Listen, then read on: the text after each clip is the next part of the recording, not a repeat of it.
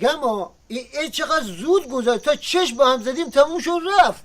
ای لامصب غروب 13 بدر از رگ گردن به ما نزدیکتره. بعد شانسی امسال عیدی هیچی دشت نکردیم. باز پارسال یه چند هزار تومن عیدی به ما دادن. از همه بدتر خاندایی اسی بود که نه عیدی بهمون داد نه گذاشت یه چیزی با خودمون ببریم. آخرش کم مونده بود بازرسی بدنیمون کنه. به جای عیدی دادن همش عید رو بهمون تبریک میگفت. چه فایده؟ از قدیم گفتن دستهایی که عیدی میدهند از لبهایی که تبریک عید میگویند مقدسترند. آقا صفتر عجب جمله سنگینی گفته، اصلا به قیافه سبوکش نمیاد. نهار یه تا تخم مرغ با 3 تا نون خورد. اگه منم بودم از افلاطون واسهتون غزل میسرودم. بگذاریم بابا جان، تا آخوندا هستن عید نمیشه. خب اسی حداقل یه خبر جذاب برامون بخون که اشکامونو باهاش پاک کنیم بابا.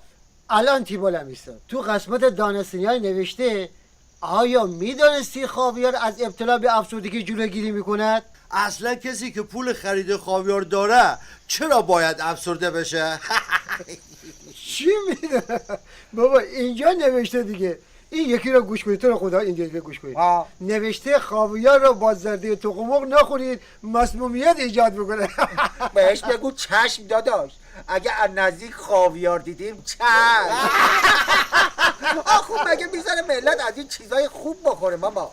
گفتی خاویار، یادم آمد دوران مدرسه با همکلاسیام یه بار داشتیم اسفامیل بازی میکردیم. من غذا با خیر رو نوشتم خربزه با نان و پنیر. این در حالی بود که اکثریت همکلاسیام نوشته بودن خاویار.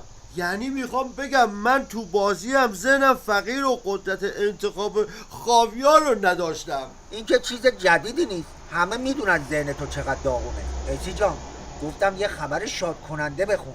خورد و خوراکو ول کن بابا، زخم معدمون عود کرد. آها، این خبر رو گوش کنید تا قند تو دلتو آب شه. نه بابا، جانتو. نوشته روز اول فروردین آیت الله رئیس شهری و روز دوم فروردین آیت الله مجتبی رودباری به درک واصل شدن. الهی شد. این نشون میده که اسرائیل امسال میخواد دل به کار بده با بیش باد و کم مباد. و البته همچنان جنتی باقی است. آره لامصب، تنها چیزی که توی این مملکت درست و منظم کار میکنه قلب همین جنتی لعنتیه. آقا جان میگن میخواستن برای جنتی جشن تولد بگیرن، سازمان ملل اجازه ندادن. نه بابا، چرا؟ برآورد کردن دیدن اگه بخون برای شب روشن بکنن دمای زمین 5 درجه کمتر میشه. آقا صفتر مشتگاری بده که صفی و اخونم گر به گر شد. نه بابا والا نوشته بعد از رئیس شهری و اخو رودباری آیت الله محمد فقیه هم به درجه درک نایل شده. آقا جان امروز یه تشکر ویژه از اسرائیل بکنیم که هتریک کرد، 3 گله شد. آره بله، شیر مادر و نان پدر حلالت باد پهلوان.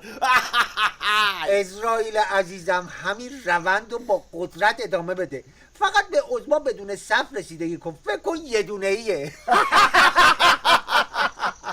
آقا صفتر فکر کنم اسرائیل موقع خروطگونی عید یک لیستی پیدا کرد که سالات به دست فراموشی سپرده شده بوده. میگم آقا جان اگر اسرائیل همین روند در روزانه مرگ 3 آخوند ادامه بده، به نظرم 6 ماه دیگه نسلشان تو ایران منقرض میشه. نه پسر جان، همه مسئولیت خودتو روی دوش پهلوان اسرائیل ننداز. در ضمن نباید بذاریم آخوندا اینقدر راحت برن جهنم. باید اول اینجا رو براشون جهنم بکنیم، بعد بسپانیمشون به اسرائیل خان. موافقی؟ آره آقا جان. پس پاشو برو 2 تا چایی بریز بیار با قندش مرگ این 3 تا فسیل رو جشن بگیریم. آقا جان ایولا داری. خودم میدونم، پاشو ده.